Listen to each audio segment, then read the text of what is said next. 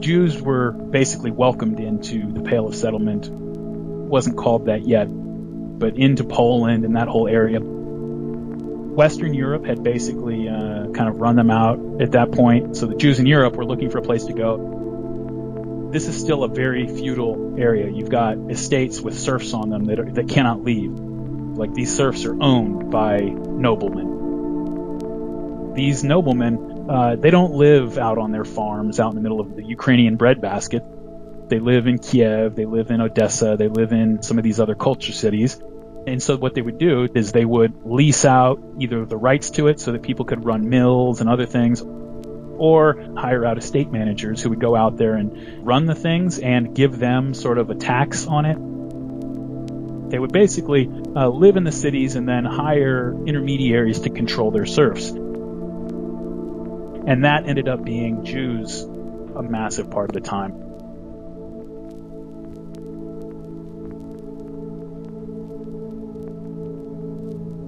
This was the traditional way that Jews would move into a territory. It wasn't like you could just immigrate into somebody's kingdom or something like that back in the day. Like, you show up to Ellis Island and fill out the paperwork and now you're a part of the French kingdom or something. Like, that's just not how it worked.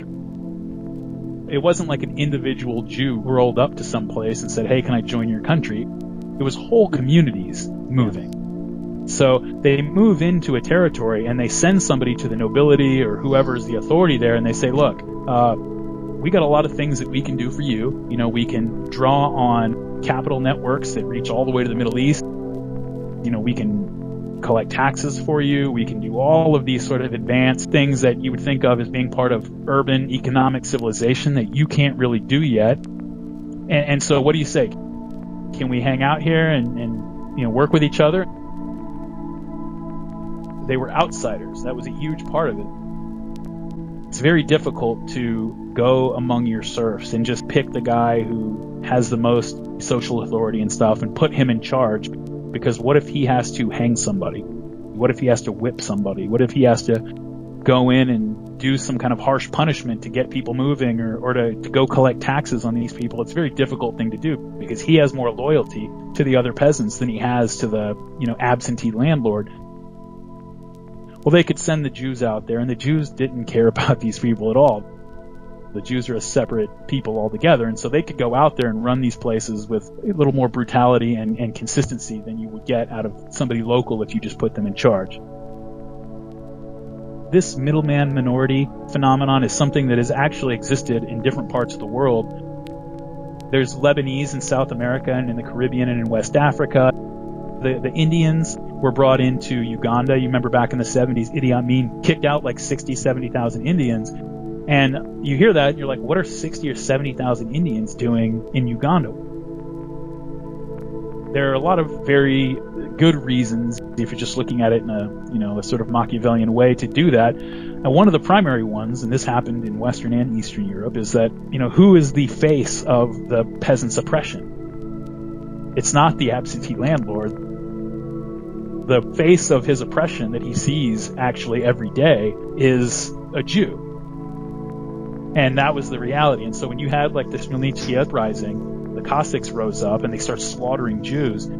That kind of gets held up today as, these just Ukrainians have this horrible, racial hatred of the Jews that's just in their blood somehow. Well, no, this was an uprising against their oppressors. And it was brutal and horrible and awful, but that is what it was. And that really is the beginning of this just very hateful relationship between the peasantry in the Pale of Settlement and the Jews that lived there. The Russians were just a very powerful empire, and they were able to kind of control things for the most part. When they took over Poland and Lithuania and that whole area, they just inherited 3 million Jews into their empire. And over the course of the 19th century, that turned into 7-8 million Jews. And they confined them to the Pale of Settlement, which is basically this gigantic strip of land from the Baltic to the Black Sea. And a lot of people kind of hold that up today as if it's some sort of terrible anti-Semitic discrimination or something, not letting them move around. But that's completely the wrong way to think about it, because, the Russian Empire had Mongols, it had Ukrainians, it had Poles, it had all these different groups of people, and all of those people had a place to live. Well, now we have these millions of people that we've incorporated into our empire, and they don't have a homeland. And so, what are we going to do with them? And people might say, well, just why do anything with them? Let them go wherever. But the problem with that is one of the reasons that Western Europe ran the Jews off to begin with. Jews have been 90% urban for 2,000 years. Once Jerusalem was destroyed, everything became about studying the text, repeating the text, reading the text, sharing the text, and that Talmudic form of Judaism. And over the course of a couple thousand years, you've got a people who are, just very comfortable in an urban, literate, kind of abstract thinking society, money thinking, and all that kind of stuff comes very natural to them. If you just have this feudal serf economy, that's one thing. But now you're starting to get these towns, you're starting to get people who are moving into them as traders and merchants. They're starting to develop a local economy, but they're not experts at it yet. When all of a sudden, you just allow these millions of Jews who are extremely sophisticated about this stuff to go wherever they want, and they're going to go find that place, take over every industry, and it's going to cause problems because the people who are there are not just going to be okay with that. Well, that's what happened in the entire Pale of Settlement. Jews completely dominated every industry you could think of.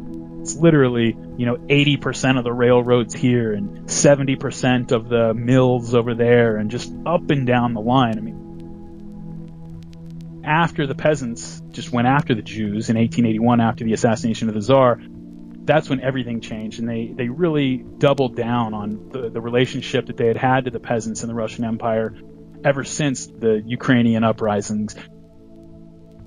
When you start to get into the Soviet Union and, the predominantly Jewish secret police going after the Ukrainian peasantry and the Holodomor and stuff like that, it's not just a matter of coincidence that the Kiev secret police was 75-80% Jewish. You've got a bunch of people who hate these Ukrainians, and now they have an opportunity to kind of get into a position where they can take power over them. So the assassination happens in 1881, and these pogroms break out all over the place, and two things start to happen. One is that the kind of revolutionary socialist type Jews, they say, fuck the peasantry, and they start focusing on the urban proletariat, which benefits them more anyway because there's not any Jewish peasants out there. And the other thing that happens, the people who don't want to do any of that, a different group says, you know what? No, the problem is not that we need to change the system of this country somehow. The problem is that we're in these people's country. That is the problem. And it's not going to go away anytime ever. Now that this sort of age of national identity has started to come along, we just need to go get our own country. That's what we lost, and it's changed us as a people, and none of this is going to change until we rectify that.